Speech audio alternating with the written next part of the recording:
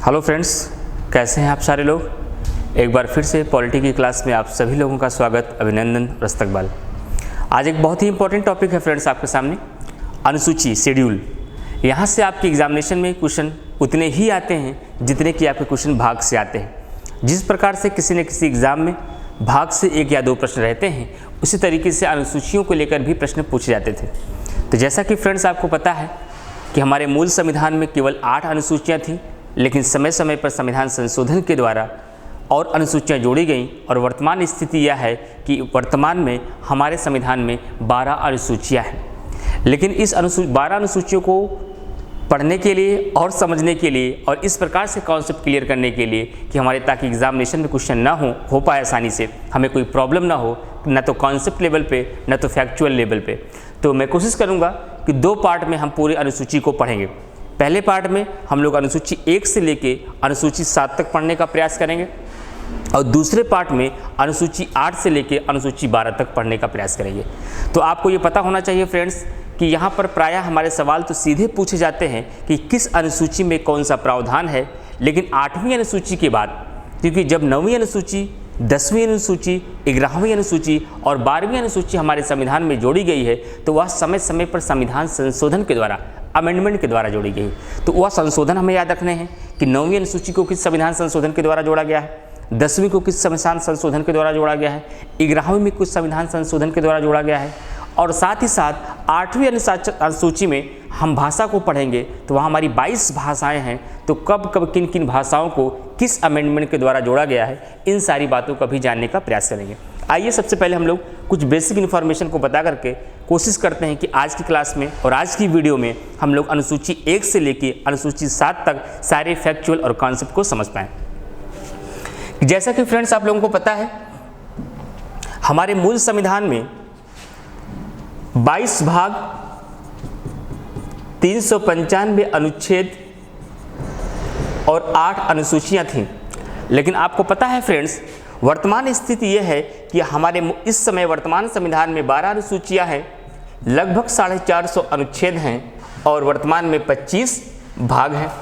अब सवाल उठता है कि सर, जिस तरीके से आपने भाग में बताया था कि कोई भाग 23 नहीं है, कोई भाग 24 नहीं है, कोई भाग 25 नहीं है, बल्कि इन्हें का खा के माध्यम से उसी 22 भागों के मध्य जोड़ा गया है, क्या इसी तरीके से अनुसूचियों को भी कोई अनुसूची 9 नहीं है, कोई अनुसूची 10 नहीं है, उन्हें भी का खा के माध्यम से जोड़ा गया है?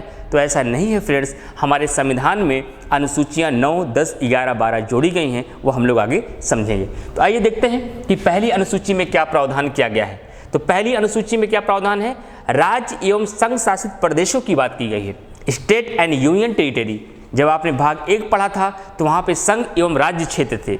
जब आपने आर्टिकल 1 पढ़ा था तो India that is the Bharat shall be a union of state. Bharat अर्थात इंडिया राज्यों का संघ है। इसका मतलब अनुसूची 1 में, आर्टिकल 1 में, भाग 1 में हर जगह राज्यों की बात की गई है। तो यहाँ भी पहली अनुसूची में कौन सा प्रावधान किया गया है? राज्य एवं संघ शासित प्रदेश। आराम से आप लोग कॉपी पेन रख लीजिए, ले लीजिए, नोट्स बनाते रहिए। मैं कोशिश करूंगा कि वीडियो खत्म होते होते 7 अनुसूचियों के सारे कॉन्सेप्ट आपको अच्छे से तैयार हो जाएंगे। तो पहली अनुसूची में राज्य व संघ शासित प्रदेश, और दूसरी अनुसूची में क्या प्रावधान रखा गया है फ्रेंड्स? संचित निधि पर भारित वेतन। पहला क्वेश्चन तो यही बनता है। अगर इसके मूल पाठ को समझने का प्रयास करें तो केवल शॉर्ट में इतना याद रखिए कि संघ के पदाधिकारियों के वेतन और भत्ते का प्रावधान अनुसूची 3 में किया गया है। ये तो आपको लूसेंट से लेकर हर बुक्स में मिल जाएगा। लेकिन आज का वीडियो मैंने बनाने का मकसद सिर्फ आपको फैक्चुअल इन्फॉर्मेशन देना नहीं था, बल्कि उसके कॉन्सेप्ट लेवल को समझाना भी है। तो दूसरी अनुसूची में संचित निधि पर भारित वेतन शामिल हैं। तो सवाल उठता है, सर ये भारित वेतन क्या होता है, किसे भारित वेतन कहा जाता है? तो इसको जरा ध्यान से समझने का प्रयास करिएगा फ्रेंड्स। भारित वेतन का मतलब हुआ वे पदाधिकारी जिनको वेतन में कटौती नहीं की जा सकती, इसके पेमेंट के लिए संसद में अनुमति नहीं चाहिए। कहने का तात्पर्य है ऐसे सारे वेतन भारित वेतन के अंतर्गत आते हैं जिनका भुगतान कराने के लिए संसद में न तो मतदान कराया जा सकता है और न ही किसी परिस्थितियों में इनकी वेतन में कटौती की जाती है, और ऐसे वेतन कहलाते हैं भारित वेतन। तो संचित निधि पर भारित वेतन जो है उसके प्रावधान अनुसूची 2 में है। अब सवाल उठता है किनके वेतन, केवल केंद्र के कि राज्य के? तो ध्यान रखिएगा, यहाँ केंद्र और राज्य दोनों शामिल होते हैं जिनके वेतन का प्रावधान अनुसूची 2 में रखा गया है। तो आइए देखते हैं केंद्र और राज्य के कौन कौन से ऐसे व्यक्ति हैं जिनके वेतन का प्रावधान हमारे अनुसूची 2 में रखा गया है। केंद्र से राष्ट्रपति का वेतन, राज्यसभा का सभापति, राज्यसभा का सभापति का तात्पर्य हुआ फ्रेंड्स भारत का उपराष्ट्रपति। आपको जैसा कि पता है कि भारत के उपराष्ट्रपति पद का कोई वेतन नहीं होता है। हम लोग बोलते हैं बोलचाल की भाषा में कि उपराष्ट्रपति का वेतन वर्तमान में 4.5 लाख या 4 लाख ही बताते हैं, लेकिन आपको ध्यान रखना है फ्रेंड्स, उपराष्ट्रपति का अपना कोई वेतन नहीं होता हुआ, जो वेतन प्राप्त करता है वह राज्यसभा के सभापति के रूप में वेतन प्राप्त करता है। तो केंद्र में राष्ट्रपति को, राज्यसभा में सभापति और उपसभापति का वेतन, लोकसभा में अध्यक्ष और उपाध्यक्ष का वेतन, सुप्रीम कोर्ट के न्यायाधीश का वेतन और CAG controller and auditor general of India नियंत्रक एवं महालेखा परीक्षक का वेतन भी अनुसूची 2 में रखा गया है। तो इतने संघ के पदाधिकारियों का वेतन का प्रावधान कहाँ पे रखा गया है? अनुसूची 2 में। सवाल उठता है क्या राज्य के पदाधिकारियों का वेतन का प्रावधान नहीं है? बिल्कुल है फ्रेंड्स। तो राज्य के पदाधिकारियों में से राज्यपाल, विधान परिषद का सभापति और उपाध्यक्ष, विधानसभा का अध्यक्ष और उपाध्यक्ष और हाई कोर्ट के न्यायाधीश के वेतन का प्रावधान भी राज्य अनुसूची 2 में किया गया है। इसका मतलब आप समझ पाए कि केंद्र और राज्य दोनों के पदाधिकारियों के वेतन का प्रावधान अनुसूची 2 में रखा गया है। और कौन कौन से व्यक्ति हैं जिनके वेतन का प्रावधान अनुसूची 2 में रखा गया है, उन सारी चीज़ों को डिटेल में मैंने आपको बता दिया है। लेकिन एग्जाम में मोस्टली जो आपके वनडे एग्जाम में क्वेश्चन पूछे जाते हैं, इस टाइप के अगर क्वेश्चन पूछे गए तो मोस्टली वह खंड शिक्षा अधिकारी, समीक्षा अधिकारी या पीसीएस में पूछे जाएंगे। लेकिन आपके वनडे एग्जामिनेशन में फ्रेंड्स केवल इतना ही पूछा जाएगा कि अनुसूची 2 में किसका प्रावधान किया गया है। राज्य एवं संघ राज्य क्षेत्र, वेतन एवं भत्ते, शपथ ग्रहण, राज्यसभा की सीटों का बंटवारा। तो आपको बता देना है सीधा कि संघ के पदाधिकारियों के या राज्य के पदाधिकारियों के वेतन का प्रावधान किया गया है। केवल आपको याद रखना है अनुसूची 2 में वेतन और भत्ता, और कॉन्सेप्ट कहाँ से याद रखना है जो मैंने आपको यहाँ सिखाया। आगे चलते हैं, अनुसूची 3 में क्या प्रावधान है। अनुसूची 3, अनुसूची 3 में शपथ का प्रारूप है। किसका प्रारूप है? शपथ का प्रारूप है। किसके शपथ की बात होगी? किसी एक व्यक्ति के, कि केवल केंद्र के व्यक्तियों के, या केवल राज्य के व्यक्तियों को? तो आइए देखते हैं कि किसके किसके शपथ ग्रहण का प्रावधान अनुसूची 3 में किया गया है। तो अनुसूची 3 में केंद्र से एमपी का उम्मीदवार, मेंबर ऑफ पार्लियामेंट के जितने भी उम्मीदवार हैं उनके शपथ ग्रहण की बात। एमपी जो सांसद बन जाएंगे, उसके बाद जो भी मंत्री बनेंगे, इन सारे व्यक्तियों के शपथ ग्रहण का प्रावधान अनुसूची 3 में है। अब आप कहेंगे सर यहाँ राष्ट्रपति नहीं है, यहाँ राज्यपाल नहीं है, यहाँ उपराष्ट्रपति नहीं है, वो अपवाद है, उसको भी हम लोग आगे देखेंगे। और राज्य से एमएलए एमएलसी के उम्मीदवार, या फिर जो एमएलए और एमएलसी बन जाएंगे, या फिर जो राज्य के मंत्री होंगे, इन सारे व्यक्तियों के शपथ ग्रहण का प्रावधान अनुसूची 3 में रखा गया है। लेकिन आपके एग्जामिनेशन में बार बार ये प्रश्न पूछा गया है कि राष्ट्रपति के शपथ ग्रहण का प्रावधान किस अनुसूची में रखा गया है, तो सारे बच्चे इसको अनुसूची 3 लगा देते हैं। लेकिन ध्यान रखिएगा फ्रेंड्स कि राष्ट्रपति के शपथ ग्रहण का प्रावधान अनुसूची 3 में नहीं बल्कि अनुसूची 60 में रखा गया है। और उन सारे एक्सेप्शन को मैंने आगे दिखाया है, आप यहाँ से देख सकते हैं।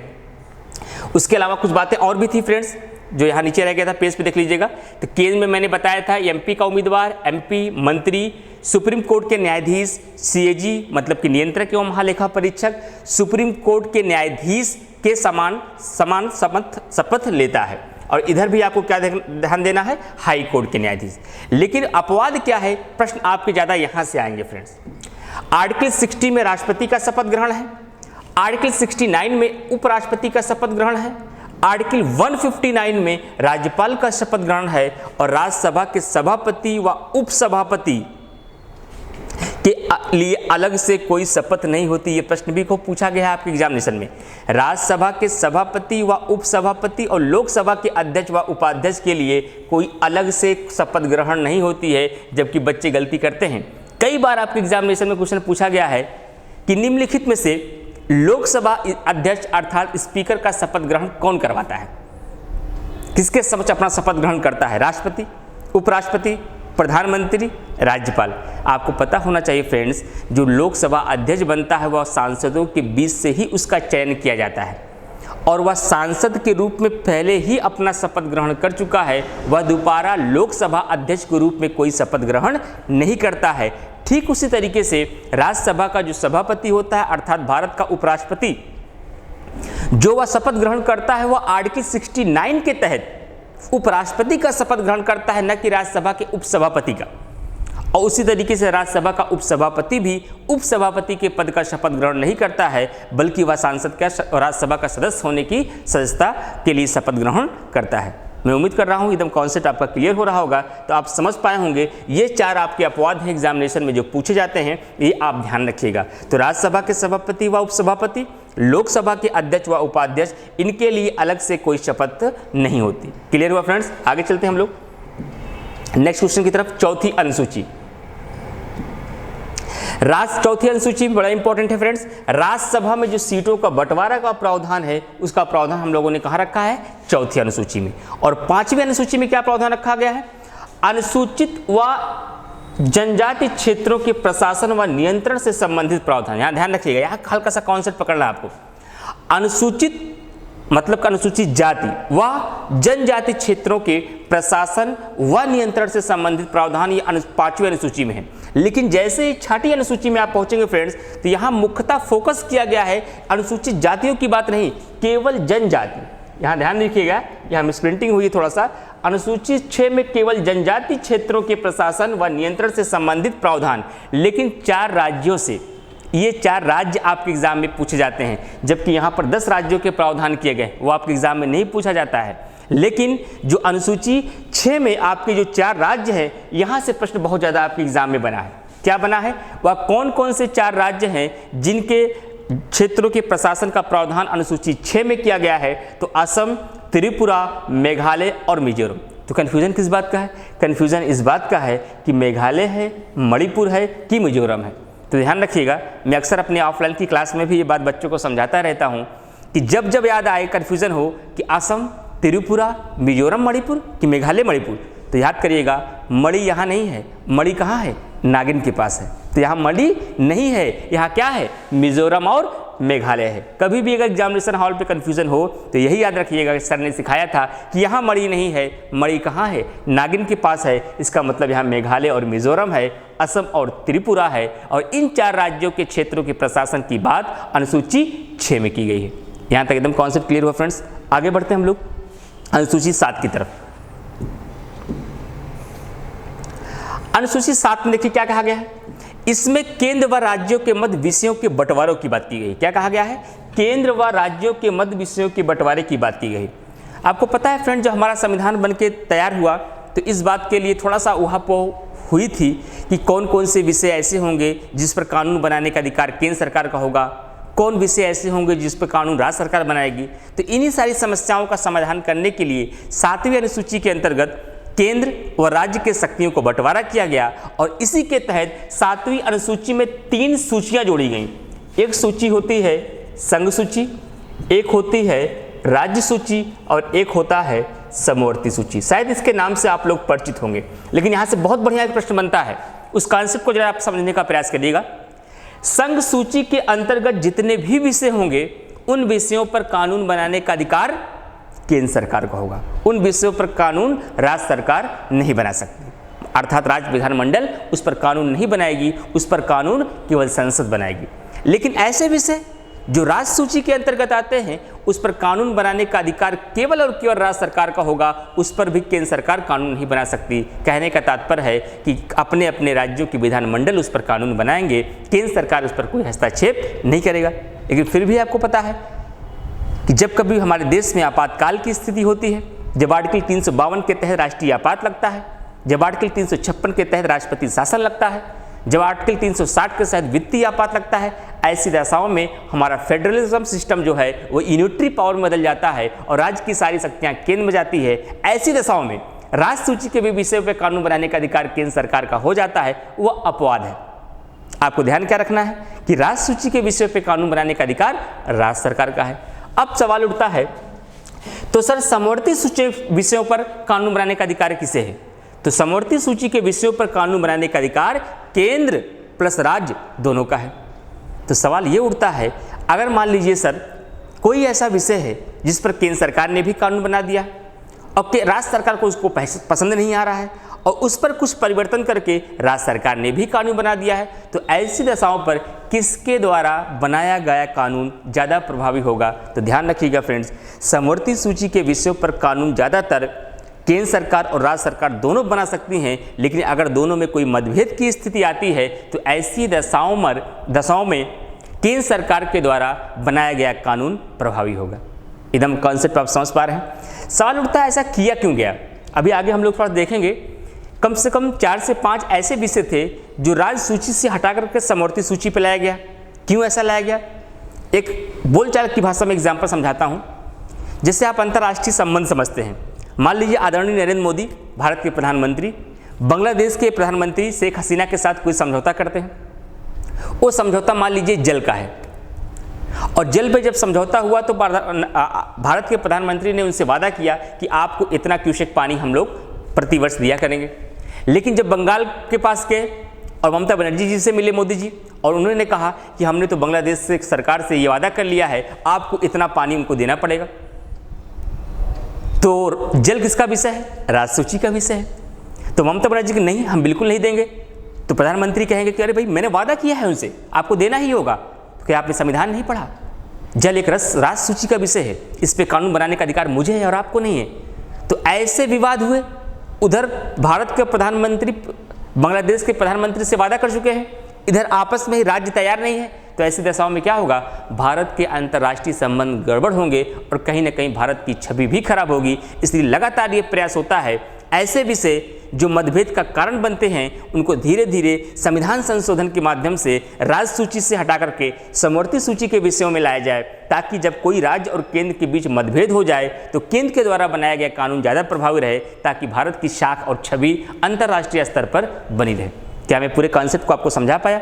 उम्मीद करता हूं पूरे कॉन्सेप्ट को आप समझ गए होंगे।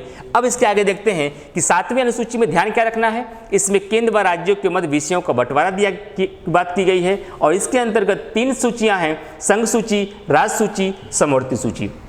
आइए और इसके आगे देखते हैं हम लोग। आरंभ में संघ सूची में कितने विषय थे? 97।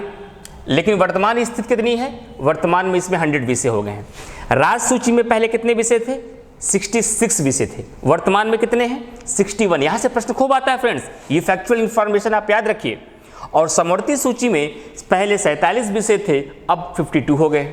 सवाल उठता है ये विषय ये घट रहा है, ये बढ़ रहा है, ये क्या मामला है? इसका मतलब ये हुआ कि राज्य सूची के 5 विषयों को हटा करके संविधान संशोधन के माध्यम से समवर्ती सूची में डाला गया है। सवाल उठता है वह 5 विषय कौन कौन से हैं और किस संविधान संशोधन के द्वारा उसे राज्य सूची से निकाल करके समवर्ती सूची में डाला गया है? ये प्रश्न भी आपके एग्जाम में पूछा जाता है। तो ध्यान रखिएगा फ्रेंड्स, 42वां संविधान संशोधन द्वारा 5 विषय राज्य सूची से हटा करके समवर्ती सूची में शामिल किए गए। वह कौन कौन से विषय हैं? वन, वन्यजीव, नाप तौल की इकाइयाँ, न्यायिक प्रशासन और शिक्षा। और आपके एग्जाम में ज़्यादातर वन और शिक्षा ही पूछा जाता है कि वन और शिक्षा को किस संविधान संशोधन के द्वारा राज्य सूची से निकाल करके समवर्ती सूची में डाला गया। एक बार मैं शॉर्ट में रिवीजन करता हूँ अनुसूची 1 से लेकर अनुसूची 7 तक। अनुसूची 1 में राज्य एवं संघ राज्य क्षेत्र, अनुसूची 2 में वेतन और भत्ते, अनुसूची 3 में शपथ ग्रहण, अपवाद, राष्ट्रपति, राज्यपाल, उपराज्य और आपका उपराष्ट्रपति। उसके बाद अनुसूची 4 में राज्यसभा की सीटों का बंटवारा, अनुसूची 5 में अनुसूचित जाति व जनजाति क्षेत्रों के प्रशासन व प्रबंधन की जिम्मेदारी, और अनुसूची 6 में असम, त्रिपुरा, मणिपुर, मेघालय। मणि कहाँ है? नागिन के पास। इसका मतलब मिजोरम और मेघालय, इन 4 राज्यों के जनजाति क्षेत्रों का प्रशासन। और अनुसूची 7 में संघ एवं राज्य के बीच शक्तियों का बंटवारा, और इसके अंतर्गत 3 सूचियां हैं: संघ सूची, राज्य सूची, समवर्ती सूची। कब कितने विषय थे उनकी डिटेल मैंने आपको बता दी है। अगले वीडियो में फ्रेंड्स हम लोग कोशिश करेंगे अनुसूची 8 से लेकर अनुसूची 12 तक का अध्ययन करेंगे। लेकिन उसको अध्ययन करने से पहले, क्योंकि आज ही फैक्चुअल इन्फॉर्मेशन ज़्यादा हो गई है, मैं चाहता तो एक ही वीडियो में इसको पूरा कंप्लीट कर देता, लेकिन मेरा मकसद ये नहीं था कि एक फॉर्मेलिटी हो जाए कि अनुसूची 1 से लेकर अनुसूची 12 तक मैंने पूरा कर दिया। मेरा मकसद ये था कि अनुसूची आपको पढ़ाया जा रहा है तो अनुसूची आपको समझ में भी आनी चाहिए। ऐसे बच्चे जो मेरा इंडिविजुअल क्लास लेना चाहते हैं वो 507275 पे कांटेक्ट करके हमारी पॉलिटी के इंडिविजुअल क्लास में आप लोग एडमिशन ले सकते हैं, जिसमें पूरा टॉपिक एकदम डिटेल में पढ़ाया जाता है और पिछले 20 साल के क्वेश्चन भी सॉल्व कराए जाते हैं और उनका एनालिसिस भी कराया जाता है। नेक्स्ट वीडियो में मैं कोशिश करूंगा इन्हीं संघ, राज्य और समवर्ती सूची के जो महत्वपूर्ण विषय हैं, पहले उन विषयों को मैं चर्चा कर दूंगा, फिर 8वीं अनुसूची की तरफ हम लोग बढ़ेंगे। मिलते हैं फ्रेंड्स आप लोग को नेक्स्ट क्लास में। Thank you all of you.